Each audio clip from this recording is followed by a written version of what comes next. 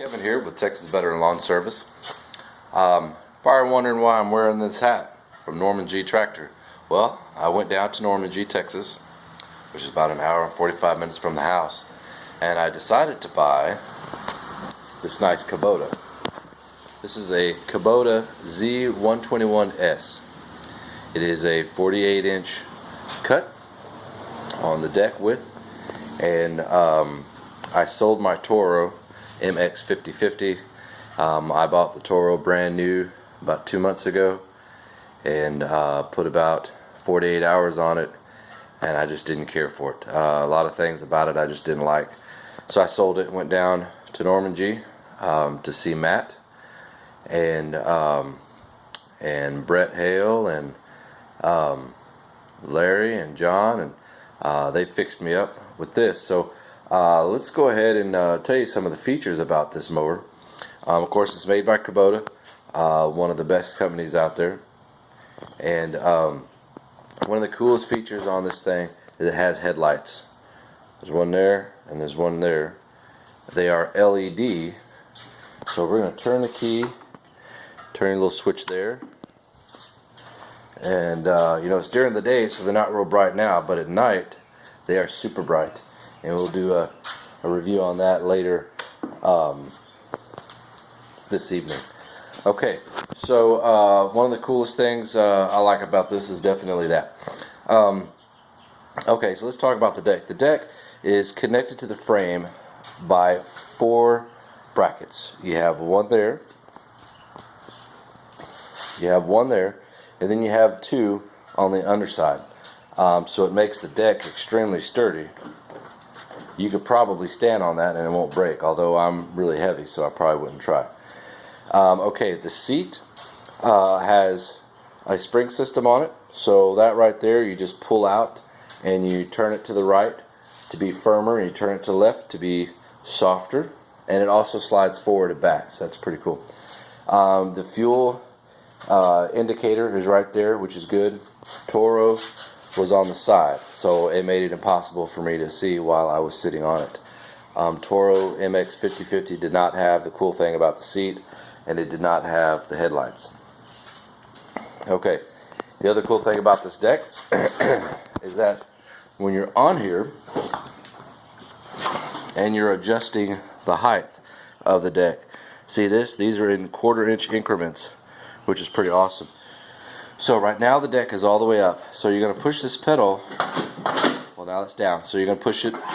It locks it in place on up, then you're able to turn your dial to whatever number. So the lowest starts at looks like 1.5, or sorry, oh here we go, yeah, 1.5, and then all the way up to 4.25. So that's pretty cool. So once you adjust to whatever number you want, let's just say 3.5, then you push this and it lowers it, and you can't turn this. So that's really cool. With Toro, I had a foot pedal here that helped lift the deck, and then I had a handle here that I had to pull out away and then adjust it wherever. And a couple times that bar bent, and that isn't very good.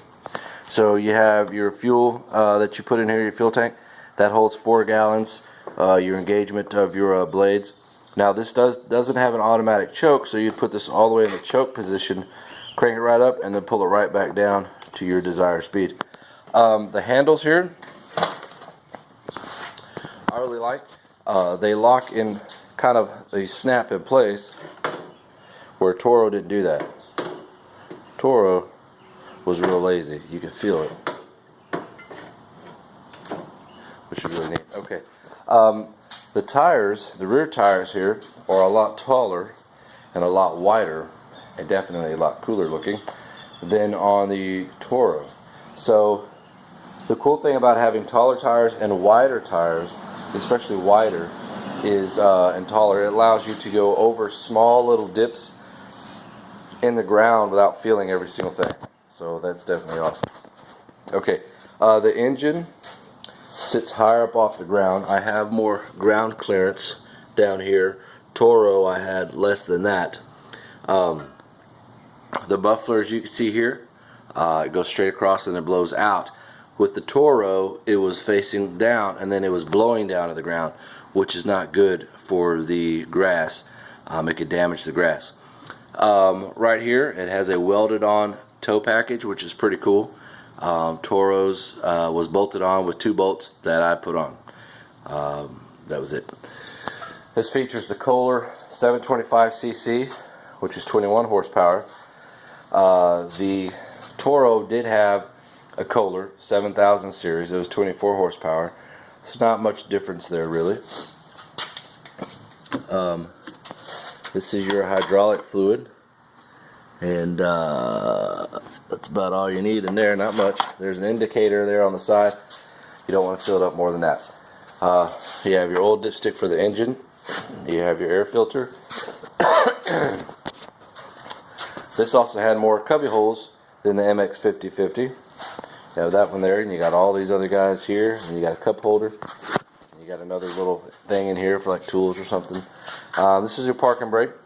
The Toros had where this right here locked it in place, where this here is a parking brake. You set it. The seat also features a seat belt, which is pretty cool. And on these armrests, what I really like is if you look at them, when they come out and they go away from you a little bit. The MX5050 sat right there, came straight out, which made it hard because I have wider hips, and I didn't really care for that. They really dug into my leg, and I didn't like that. Okay, also, this Kubota comes with a roll bar, which is standard, which is pretty cool. Toro did not have one.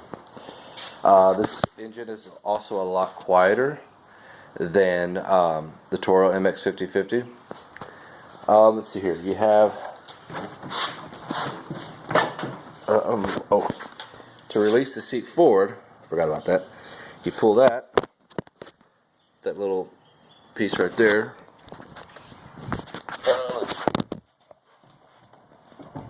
Man, this seat's heavy. All the springs. Okay, you can see there's the spring system. You have your battery right there, your fuel tank right there. You also have your hour meter right here. So you can keep track of how many hours is on your machine when you do your maintenance and stuff. Your throttle right there, your ignition, that's your switch for your headlights. So that's pretty much about it. I really like this machine. It cuts better than the MX5050, and the gauge or the thickness of the blades, I can't see them, is a lot thicker than the Toro. There we go. I don't have the other ones, but that's a lot thicker, a lot better angle. The Toro's was a lot steeper than that, which wasn't good. This is good here. Definitely thicker, so I'm real happy. It just shreds that grass in no time. Real easy to operate. And I got it's 4-year warranty or 300 hours, and I got the insurance for it, so that was definitely excellent from Kubota. So if you have a chance, stop by Norman G Tractor in Norman G, Texas, and talk to Matt, and those guys will definitely get you fixed up if you want a Kubota mower or a tractor. They got another brand up there, I can't remember what the name of it is. They also have Polaris ATVs, and but I love this thing, man. I cut a few yards with it yesterday when I got back into town, and it's what I'm going to be using every day now. So if you like this review, like and subscribe, and if you have any questions, just let me know. I'm going to show some footage later of me actually cutting the grass, so that'll be cool, and then also at night with the headlights, that'll be pretty neat. Anyways, this is Kevin with Texas Veteran Lawn Service. We'll see you guys next time.